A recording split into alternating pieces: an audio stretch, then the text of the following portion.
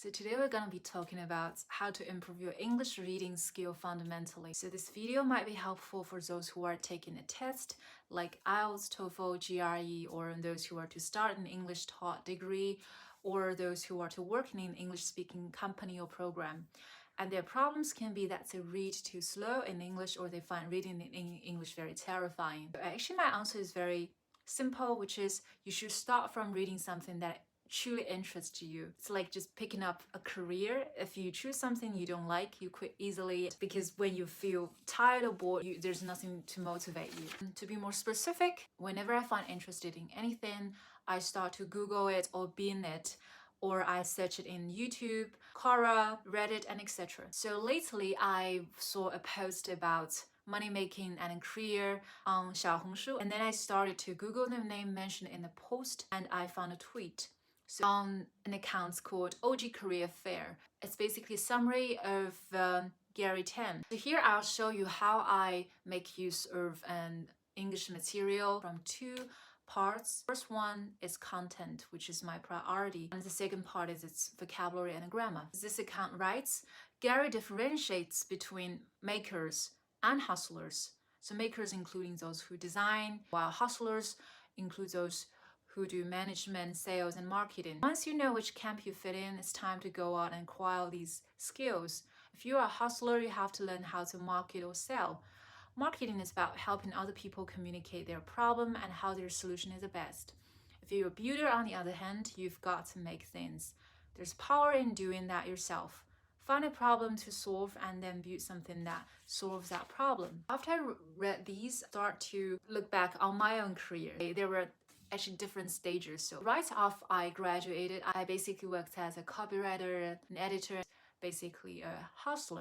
And then I started to be an English teacher. I would say that by this time, I'm more like a builder because I have to build my own content, my own curriculum. Now I think I'm in my third stage, which is I'm not only a builder but also a hustler because I'm designing my own curriculum on AP literature and A-level literature. But at the same time, I'm making videos to let you guys know, okay, I'm doing these things. So I feel like it's pretty cool that I can both build and hustle. Also, in this way, I don't get bored. Let's go on reading. You can only get better at building by so don't let the idea get in the way of you studying. Find a problem you have and build a solution to it. I think this is a very, very good suggestion because a lot of us tend to think a lot, but we do not act. But you have to know that you can only do things better and better in the process of you actually doing it. So like me making videos, I know that my first 20 or 30 videos, they cannot be very good, but I will get better so long as I keep on doing this. So once you create something that users love, it's better than a credential. It doesn't matter that you don't go to Stanford. It's become something norm for people to get a master's degree or even a PhD degree. If you're doing something that does not really need a degree, like programming or like writing, probably you don't need to do it unless you feel like doing this degree can give you something more you cannot get from working. Like last year I started working on my degree on comparative literature because I truly need academic training because my last degree was done many years ago, because I still need to improve my English. So I will again go back to these sentences and see what I can learn from them